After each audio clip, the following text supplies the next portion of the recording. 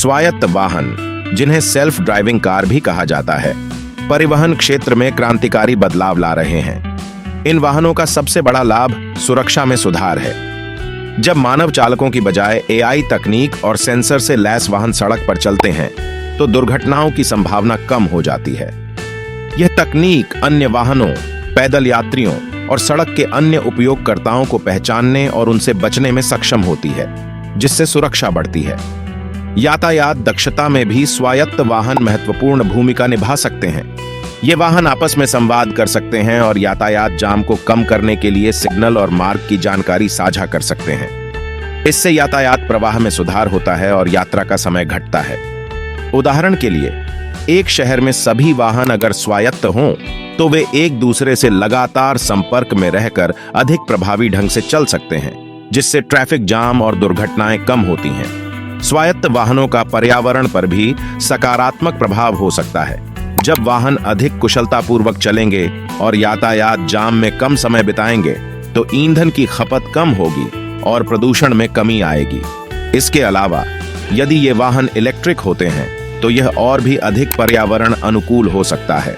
स्वायत्त वाहन समाज में बड़े पैमाने पर परिवर्तन ला सकते हैं। बुजुर्ग और विकलांग व्यक्तियों के लिए स्वतंत्रता और गतिशीलता बढ़ सकती है, क्योंकि उन्हें अब वाहन चलाने की आवश्यकता नहीं होगी। इसके अलावा स्वायत्त वाहन साझा अर्थव्यवस्था को बढ़ावा दे सकते हैं, जहां लोग कारों को साझा कर सकते हैं और वाहन स्वामित्व की आवश्यकता को कम कर सकते हैं।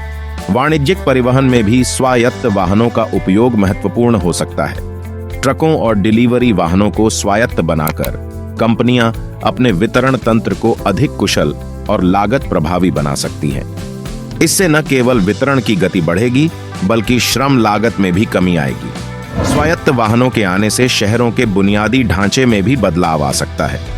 सड़कों, पार्किंग स्थलों और ट्रैफिक सिग्नल में बदलाव की आवश्यकता हो सकती है, ताकि स्वायत्त वाहनों को सही ढंग से संचालित किया जा सके। साथ ही नीति निर्माताओं को नए नियम और सुरक्षा मानदंड बनाने होंगे, ताकि इन वाहनों का उपयोग सुरक्षित और प्रभावी ढंग से हो सके। इन सभी लाभों के बावजूद स्वायत्त वाहनों के विकास और उपयोग में कुछ चुनौतियां भी हैं।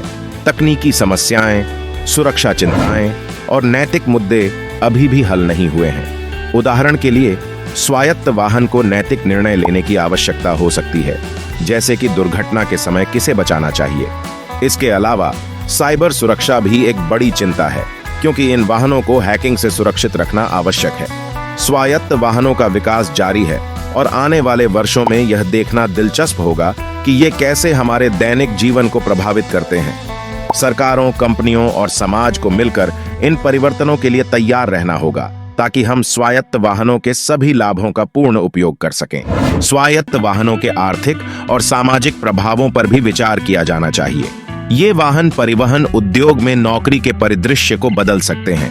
पारंपरिक ड्राइविंग नौकरियों में कमी हो सकती है, लेकिन इसके बदले में नई नौकरियों का सृजन हो सकता है, जैसे कि वाहन रखरखाव, सॉफ्टवेयर विकास और साइबर सुरक्षा में विशेषज्ञता की मांग बढ़ सकती है। शहरों की योजना और डिजाइन में भी बदलाव की आवश्यकता हो सकती है। अगर स्वायत्त वाहन व्यापक रूप से अपनाए जाते हैं तो पार्किंग स्थलों की जरूरत कम हो सकती है, जिससे शहरी क्षेत्रों में अधिक जगह उपलब्ध हो सकती है। यह स्थान हरे भरे क्षेत्रों, पैदल यात्री सड़कों और साइकिल लेन के लिए उपयोग किया जा सकता है, जिससे शहरों का पर्यावरणीय और सामाजिक स्वास्थ्य बेहतर हो सकता है। स्वायत्त वाहनों का उपयोग व्यक्तिगत स्वामित्व के बजाय साझा सेवाओं के रूप में किया जा सकता है। इससे परिवहन की लागत कम हो सकती है और अधिक लोगों के लिए सस्ती और सुलभ हो सकती है। यह ग्रामीण और कम सेवा वाले क्षेत्रों में भी परिवहन पहुंच को बढ़ा सकता है, जहां सार्वजनिक परिवहन सेवाएं सीमित हैं। हालांकि स्वायत्त वाहनों के व्यापक उपयोग के लिए अभी भी कई बाधाओं को पार करना बाकी है। तकनीकी विकास और सुरक्षा परीक्षणों के अलावा कानूनी और नियामक ढांचे को भी विकसित किया जाना चाहिए। स्वायत्त वाहनों के लिए मानकों और नियमों की स्थापना आवश्यक है, ताकि ये सुरक्षित और प्रभावी ढंग से सड़कों पर चल सकें। स्वायत्त वाहनों के डेटा संग्रह और गोपनीयता पर भी ध्यान देना होगा। इन वाहनों में उपयोगकर्ताओं के बारे में बहुत सारा डेटा एकत्रित होगा, जिसे सुरक्षित रखना और गोपनीयता सुनिश्चित करना महत्वपूर्ण होगा। नीति निर्माताओं को इस पर विचार करना होगा और उचित नीतियां बनानी होंगी। अंत में, स्वायत्त वाहनों का उपयोग व्यक्तिगत और सामाजिक आदतों में बदलाव की आवश्यकता हो सकती है। लोग अपनी कारों के बजाय साझा वाहनों का उपयोग करने के लिए तैयार होंगे या नहीं, यह समय ही बताएगा। इसके अलावा वाहन उपयोगकर्ताओं को नई तकनीकों और प्रणालियों के साथ सहज होना होगा। स्वायत्त वाहनों के संभावित लाभ बहुत अधिक हैं, लेकिन उनके सफल कार्यान्वयन के लिए सहयोग, नवाचार और जिम्मेदार नीति निर्माण की आवश्यकता होगी। अगर हम इन चुनौतियों का सामना कर सकते हैं, तो स्वायत्त वाहन परिवहन के भविष्य को सुरक्षित, अधिक कुशल और पर्यावरणीय रूप से अनुकूल बना सकते हैं।